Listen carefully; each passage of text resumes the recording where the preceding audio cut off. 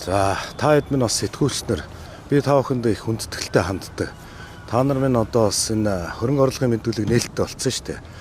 Хөрөнгө оруулалтын мэдүүлэг хэд дахин өссөн байгаа. Энийг бас яг үнэн шударгаар нь аваад бас олон нийтэд иргэдэд бас танилцуулж туслаач гэж хэд дахин нэмэгдсэн юм нэгдүгürt ерөөсөө байхгүй. Би зүгээр энэ завшааныг ашиглаад хэлчихье. Хавар болж байна. Хаврын синдром нь эхэлж явах шиг байна. Энэ нүүрсчэд амилж эхэлж явах шиг байна. Тэгээ надтай одоо ямар ч хамааралгүй холбоо контактгүй ийм улсуудыг надтай холбож барилга барьдаг одоо 5 6 7 төсөл гинтл одоо нэг өглөө босоод ирсэн баг энэ нүүрсчдээсээ илүү баян болгоцсон намайг ингэж байж байна. Тэгээ бас Монгол хүн амныхаа бэлгээр би бас бэлгшээгээл байж байгаа. Яг үнэндээ. Таны яагаад ингэж нүүрсчд таныг яагаад ойлгомжтой шүү дээ. Та бүхэн минь мэдж байгаа. Би одоо бас хардаад байсан юм. Энэ улс төрийн захиалгатай нэг балаа юм хаанаас яваад байна гэдээ ингээ хараадсэн чи миний одоо найз энэ хотын дарга Нямбатар өөрөө гарч ирээд пост бичээд үнэллээ шүү дээ. Тэгээ би бол одоо надад хийх ажил маш их байна. Барилгын салбарт хийж байгаа хууль эрх зүйн орчинд нь хууль өргөн барихаар хаврын жуулганд бэлдэж байгаа юмнууд их байгаа. Одоо дор үүрнийхээ ажлыг хийцэх юмэр.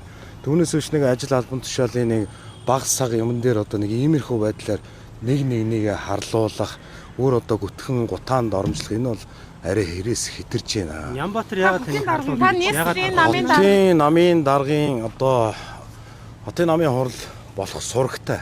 Гэхдээ өнөөдөр бол товлсон юм байхгүй. Тэгээ хотын намын даргыг одоо намайг авах магадaltaй гэж гадуур зүгээр л одоо альбан бус шуум явж байгаа. Би энэ Баянзүрх дүүрэгт энэ нийслэл Улаанбаатар хотод одоо 20 гаруй жил одоо энэ улс төрөөр төрийн албанд ажиллаж амьдарч яваа. Тэгээд намайг л одоо магадaltaй гэсэн ийм байдлаар хардд зэрдээд явж байгаа. Тэр одоо би та бүхэнд нэгэн одоо жишээ хэлье. Тэр одоо Opto гэж компани, Kaido City гэдэг нэг том барилга барьдаг нэг барилгын компани. Би барилгын компанийн захирлыг тань 2000 онд надтай одоо холбооны бүгд намт Герман улсад бас цуг суралцж ирсэн ийм л залуу манай Баянзүрх дүүрэгт барилгын төсөл явдгийн байлээ. Тэн дээр одоо улсын бүртгэлээс ямар нэгэн одоо надтай холбоотой би тэнд хөрөнгө оруулсан ийм одоо асуудал байхгүй. Ер нь одоо би 50 хүрж байгаа.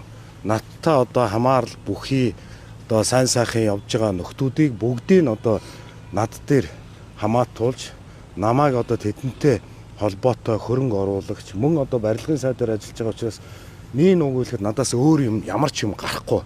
Та бүхэн сэтгүүлчнэр минь бас одоо ажиллаад үзээрэй. Би бол одоо хийх ажил маш их байна. Энэ одоо хэрвээ намайг муулаад энэ Улаанбаатар хотын ажил энэ одоо Монгол улсын хөгжил дэвшил энэ ард иргэдийн эрх ашиг сайн сайхан болчдөг бол одоо муул хамаа байхгүй. Тэгээ эздүүд нь гараад ирсэн. За би дахин хэлье. Нүүрсчэд амилж эхэлж байна цаан чинь.